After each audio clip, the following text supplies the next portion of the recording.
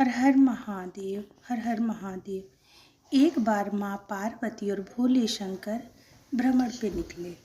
इधर उधर घूमते घूमते माँ पार्वती को अपने बालों पे ध्यान गया। भोले शंकर ने कहा, क्यों पार्वती, तुम क्यों चिंतित लग रही हो? माँ पार्वती बोली कि इधर उधर घूमते घूमते मेरे बाल बहुत गंदे हो गए हैं, बहुत उलझ गए हैं। मैं इन्हें सुलझाना चाहती हूँ, मैं इसे धोना चाहती हूँ। भोले शंकर ने कहा कि वहाँ एक नदी है, वहाँ जाकर तुम अपने बालों को अच्छे से स्वच्छ पानी से धो लो। तब तक मैं यहाँ इस पेड़ के नीचे बैठता हूँ। जब तुम वहाँ से आओगी तब हम कैलाश पर्वत वापस चलेंगे। कह के माँ पार्वती जब वहाँ गई तो एक साधारण स्त्री का रूप लेके वो नदी के किनारे पहुँची। वहाँ कुछ स्त्रियाँ उनके लंबे बालों को देखकर आश्चर्यचकित थी। माँ पार्वती ने कहा, क्या आपके पास मेरे बालों को धोने के लिए कोई साधन है? औरतें हंसी बोली, अरे हम क्या साधन लेके चलते हैं, हमारे पास कुछ नहीं है और जो कुछ भी है वो घर पे है। माँ पार्वती बोली, कुछ उपाय बता दो, तुम लोग सुलझा दो। वो बोली, अरे मैं बाल सुलझाऊंगी तो अपने घर कब जाऊंगी?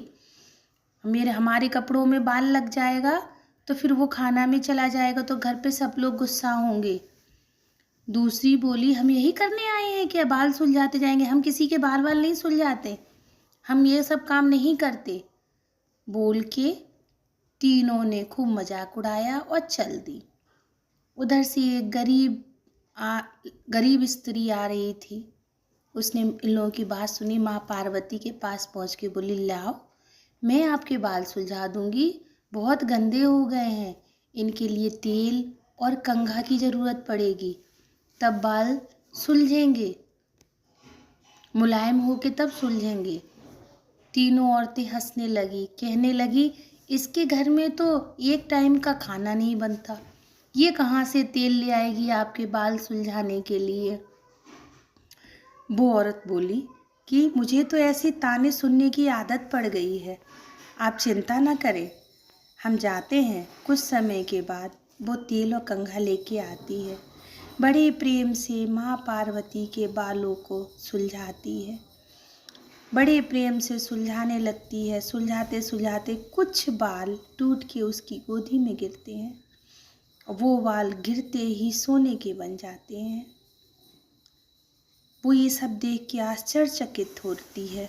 माँ पार्वती मंद मंद मुस्काती हैं। ऐसा करती रहती है। उसके बार बाल सुलझाने से बाल सुलझ जाते हैं।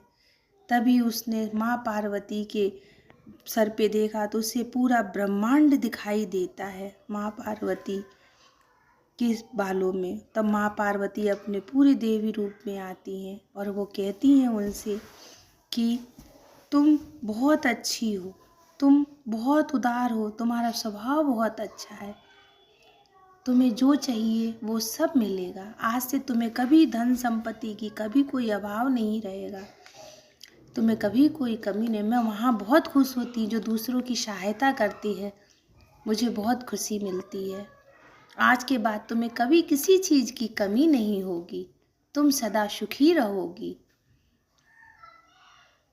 बहुत आशीर्वाद देने लगती है माँ पार्वती। वो स्त्री आश्चर्यचकित रह के बस ये कहती, माँ तुम बहुत दयालु हो माँ, बहुत बहुत धन्यवाद माँ, आपका बहुत बहुत धन्यवाद। कह के माँ पार्वती वहाँ से चली जाती हैं। भोले शंकर जी के पास आके वो पूरा बताती हैं।